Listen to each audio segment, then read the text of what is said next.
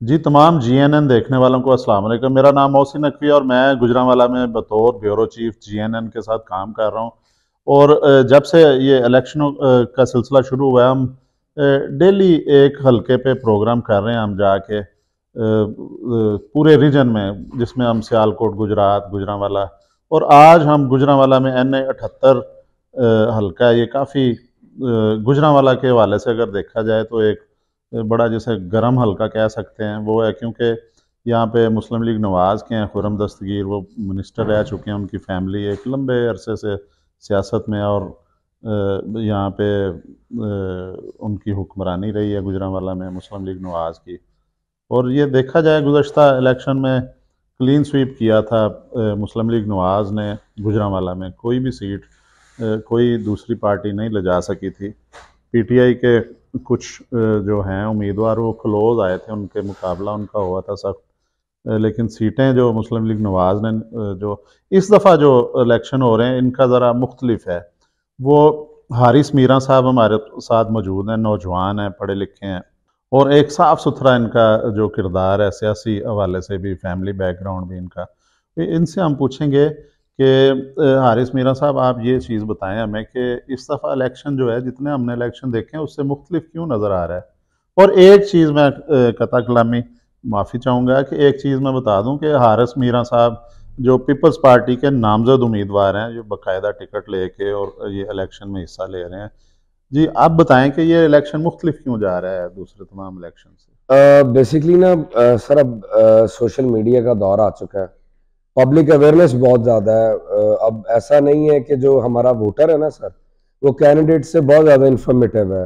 Social media की वजह से, नेशनल मीडिया की वजह से अब लोगों में अवेयरनेस बहुत आ चुकी है।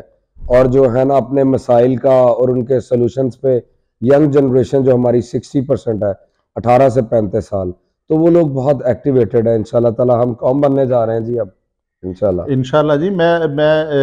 लेकिन फिर भी एक मीरा साहब होती है, एक जो है ना, गहमा गहमी इलेक्शन की होती है, रौनक होती है। वो इस दफ़ा नहीं है, बुझा बुझा सा इलेक्शन का, उस तरह का मज़ा नहीं आ रहा है। कोई रौनक होती है, लोग इकट्ठे होते हैं। नहीं, बिल्कुल आप वजह फरमा रहे हैं, लेकिन पिछले हफ्ते से काफ़ी चेंजिंग आ गई है। बड़ा गर्मा गर्मी है, बड़े पुरजोश हैं लोग, और लोग पब्लिक रैलीज भी कर रहे हैं। बड़ा अब तो जो है ना, इलेक्शन नज़र आ रहा है होता हुआ।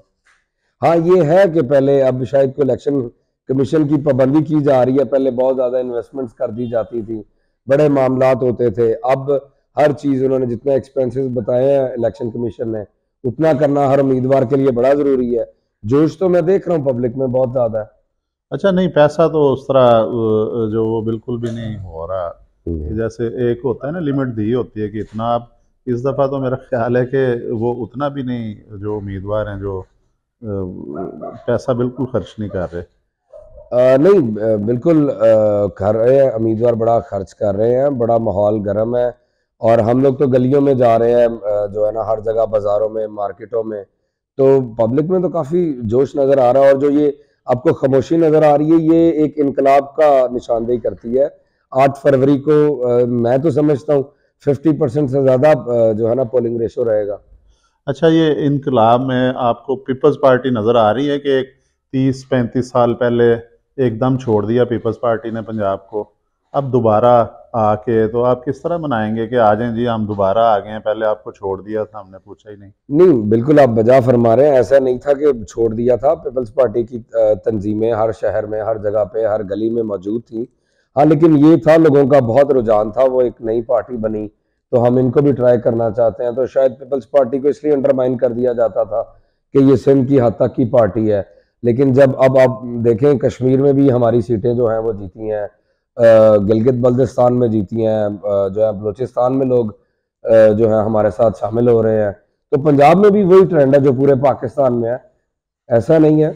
अच्छा, ये बिल्कुल जी, आपका भी कहना दुरुस्त है, लेकिन देखें, एक आपके साथ उम्मीदवार यहाँ पे NA 78 में हैं, जमात इस्लामी के उम्मीदवार भी खड़े हैं। जी जी जमात इस्लामी नहीं कभी देखी कि इतनी ज़्यादा वो अक्सरियत में आई हो। जी। कभी कभी वो आ जाते हैं, सीटें भी नहीं जीतते, लेकिन उनकी जमात यहाँ पे, उनकी तंजीम जो है वो बाकायदा यहाँ पे काम करती नज़र आती है। कोई जल्जला आ जाता है, उसमें भी वो होते हैं। कोई भी आफत आ जाती है, कहीं एहतजाज वो कर रहे होते हैं, अक्सर नज़र आ जाते हैं, लेकिन पीपल्स पार्टी इस तरह नज़र नहीं आई हमें कि अवामी मसाइल के लिए वो कोई उन्हें उनकी हमदर्दियाँ हो अवाम के साथ। बेसिकली सिर्फ पाकिस्तान पीपल्स पार्टी ही वो जमात है जो अपने गरीब अवाम का और पाकिस्तानी अवाम का सोच रही है। ये नज़र आता है जो बिलावल भुट्टो साहब ने अपना मंशूर दिया है उसमें। इसमें उन्होंने हेल्थ को फ्री करने का, एजुकेशन को फ्री करना, 300 बिजली यूनिट तक, जो ये सारे वो मसाइल हैं जो आम आवाम के हैं सर। इसमें जो हमारा इकोनॉमिकल प्लान है बिलावल भुट्टो साहब ने जो हमारे मीटिंग्स में बताया वो बड़ा ज़बरदस्त है। हमारा ट्रेड का मुआहदा ही मौजूद नहीं है एक पूरे बड़े आजम के साथ, साउथ अमेरिका उसका नाम है। वो मुआहदा इंशाल्लाह ताला हम गवर्नमेंट में आते ही सबसे पहले करने जा रहे हैं। अच्छा, नहीं, मैं पीपल्स पार्टी पे बिल्कुल तनकीद नहीं कर रहा सर। मैं अभी वो सब सारी दुनिया ने देखा है कि जो गुज़श्ता 16 माह की हुकूमत थी PDM की, बिलावल भुट्टो जरदारी उसमें वज़ीर ख़ारजा रहे हैं हमारे, और उन्होंने बहुत मेहनत की है सर। उन्होंने वज़ीर ख़ारजा के तौर पे नहीं मेहनत की, वो अगली जो अपने आप को वज़ीर आज़म देख के उस हवाले से वो तैयारी करते हैं, इसमें कोई शक नहीं है कि उन्होंने की है अपने तौर पे तैयारी। लेकिन मैं ये कह रहा हूँ कि पंजाब की अवाम देखें, पंजाब में जब भी कोई पीपल्स पार्टी पे बुरा वक्त आया, जिस तरह शहीद जो जुल्फ़कार भुट्टो को जब फांसी दी गई उन्हें, उसके बाद पंजाब के ही लोग थे जिन्होंने कोड़े भी खाए हैं, जिन्होंने अपने आप को आग भी लगाई है एहतजाजन, जो बड़ी सज़ाएं भी काटी हैं, सौंपतें जो वो किले में कैद रहे हैं, और मतलब कि उन्होंने किसी तरह साथ नहीं छोड़ा। मेरा आपसे सवाल ये है कि आप पंजाब को क्या उसी तरह की मोहब्बत या वो जज्बा बेदार कर सकेंगे? क्योंकि पीपल्स पार्टी के ज़ाहिर है मैं देख रहा हूँ कि उम्मीदवार और भी हैं, लेकिन उनके साथ कारकुन ज़रूर होते हैं, लेकिन उनके साथ जो यंग जनरेशन है, नौजवान जो हैं, वो बड़े कम नज़र आ रहे हैं। पुराने कारकुन तो दोबारा आ गए हैं आपके पास। अब हम बजा फरमा रहे हैं, सबसे बड़ी एग्जाम्पल मैं खुद हूँ।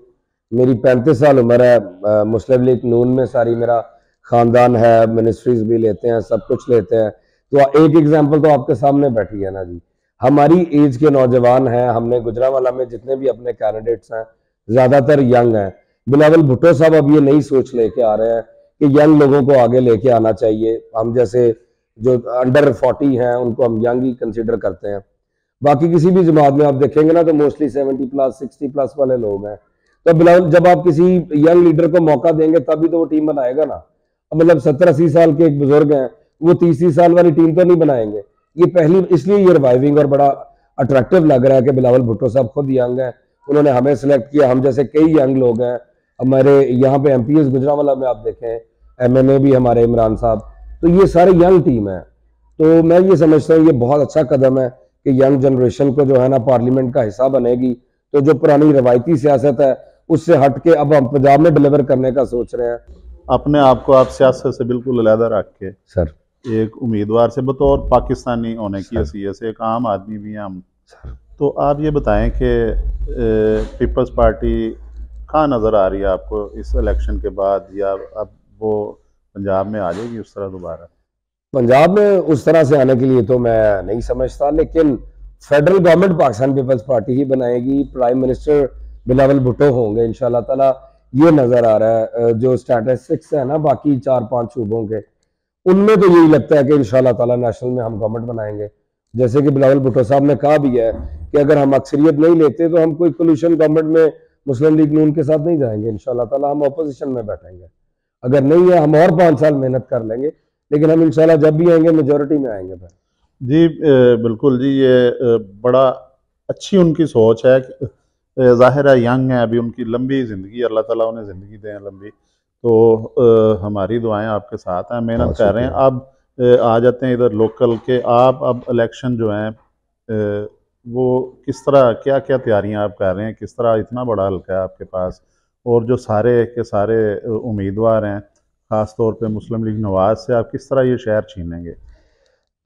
सर, प्लानिंग तो हर कोई इंसान करके इलेक्शन जीतने के लिए निकलता है, लेकिन जो मैं तैयारी कर रहा हूँ that is for the nation. अपने मुल्क के लिए खिदमत करना चाह रहा हूँ।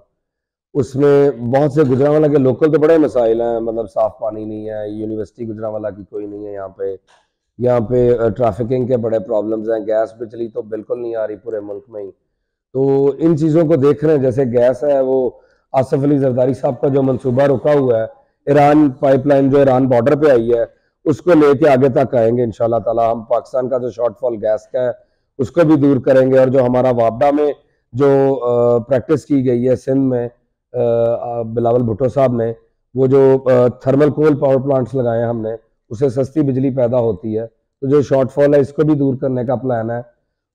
फॉरेन पॉलिसी में हम अपनी इस्लामिक वर्ल्ड को 60 जो इस्लामिक ममालिक हैं इनको इकट्ठा लेके चलने का हमारा प्लान है, और इंशाल्लाह ताला इसमें करेंसी का भी एक प्लान है। अब अवाम की जो हालत इस वक्त आप देख रहे हैं सबकी, कि किस तरह चीखें निकल रही हैं महंगाई की वजह से। बेशक बेशक, किसी भी को देखें, लोअर मिडिल क्लास है वो भी तंग है, गरीब तो खैर तो बहुत बुरे वो तो हालात हैं। उनके हालात अब देखे नहीं जा रहे, जिस तरह की महंगाई है, या बिजली के बिल आ जाते हैं, गैस के आ जाते हैं, या आम जो रोज़मर्रा जो ज़रूरत की चीज़ें हैं उनकी जो कीमतें देखें आसमानों पे हैं। इससे किस तरह फौरी रिलीफ देने का सोचा है पीसी ने? इसका ना बेसिकली फौरी रिलीफ यही हो सकता है कि जब हम IMF से जान छुड़ाएं।